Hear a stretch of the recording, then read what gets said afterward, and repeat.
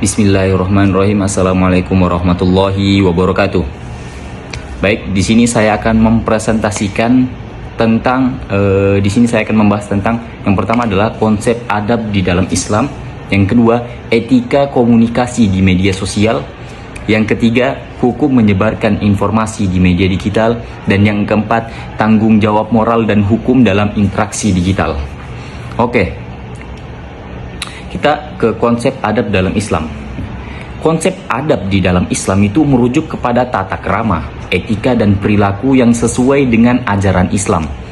Nah, adab di sini tuh mencangkup berbagai aspek kehidupan. Nah, mulai dari cara berinteraksi dengan orang lain, bagaimana bersikap dalam beribadah, hingga hubungan dengan lingkungan. Adab juga merupakan bagian integral dari akhlak yang sangat ditekankan di dalam ajaran agama Islam. Kemudian, etika komunikasi di media sosial atau adab-adab di media sosial.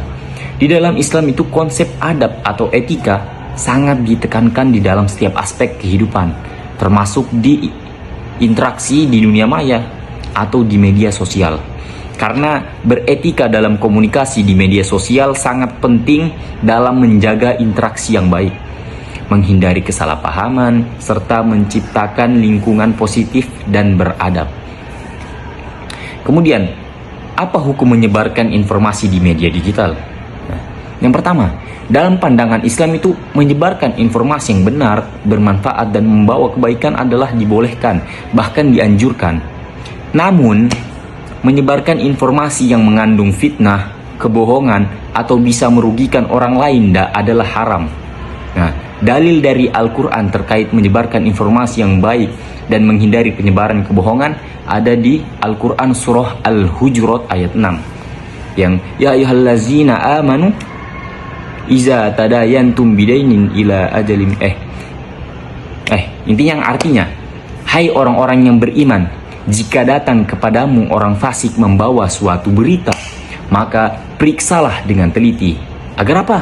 Agar kamu tidak menimpakan suatu musibah kepada suatu kaum tanpa mengetahui keadaannya yang menyebabkan kamu menyesal atas perbuatanmu itu. Yang kedua, dalil di Al-Quran surah An-Nur ayat 15. Ingatlah ketika kamu menerima berita bohong dari mulut ke mulut dan kamu katakan dengan mulutmu apa yang tidak kamu ketahui sedikit pun, dan kamu menganggapnya remeh, padahal dalam pandangan Allah itu adalah perkara besar. Nah, hukum positif di banyak negara juga melarang penyebaran informasi yang salah atau fitnah atau hoax, dan ada undang-undang yang mengatur tentang berita palsu atau hoax ini. Nah, jadi pencemaran nama baik dan privasi itu ada undang-undangnya ya. Kemudian, bagaimana caranya kita mengimplementasikan atau tanggung jawab moral kita dalam interaksi di dunia maya? Yang pertama, niat yang baik atau niyah. Yang kedua, berbicara dengan sopan, jadi qaulan karimah. Jadi ketika walaupun kita di dunia maya, kita tuh harus berusaha sebaik mungkin untuk berbicara dengan sopan ya. Tidak toksik, tidak berkata-kata kasar. Yang penting berbicara dengan sopan. Yang ketiga, menghindari gibah. Nah, walaupun gibah itu kadang kita lakukan gosip, di dunia maya juga kita tidak boleh gosip ya gitu.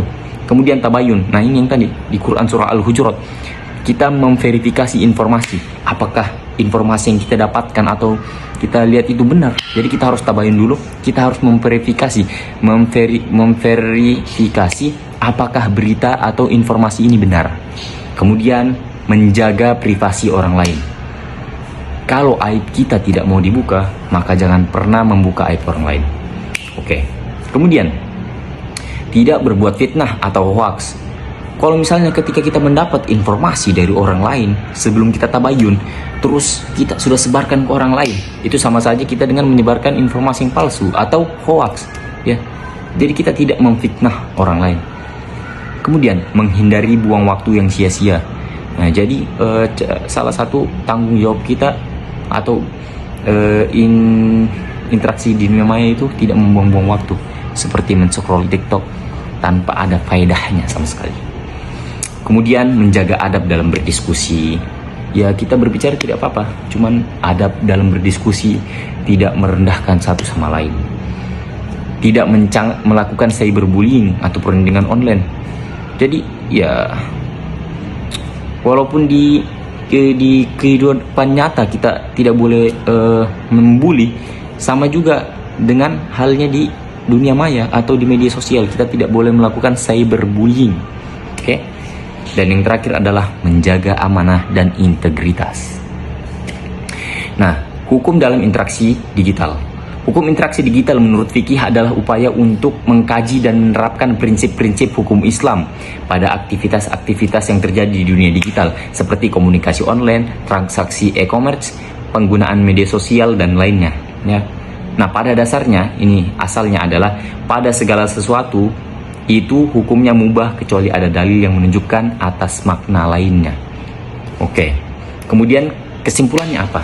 Jadi di era digital saat ini, komunikasi melalui media sosial menjadi bagian tak terpisahkan dari kehidupan kita. Namun, ingatlah bahwa di balik setiap kata yang kita ketik ada jiwa yang merespon. Marilah kita menjadikan adab sebagai pemandu dalam berinteraksi, menebarkan kebaikan dan kebijaksanaan di setiap ucapan. Bersikaplah bijak dalam berbicara, karena kata-kata bisa menjadi jembatan yang menghubungkan hati atau dinding yang memisahkan jiwa. Sebarkanlah cinta dan kebaikan, biarkan jejak digital kita menjadi saksi bagi nilai-nilai mulia yang kita pegang. Dalam setiap postingan dan komentar, kita punya kesempatan untuk menjadi cahaya, bukan kegelapan. Jadi, mari sama-sama kita menjaga adab dan etika agar media sosial menjadi ladang amal yang bermanfaat bagi diri kita dan orang lain.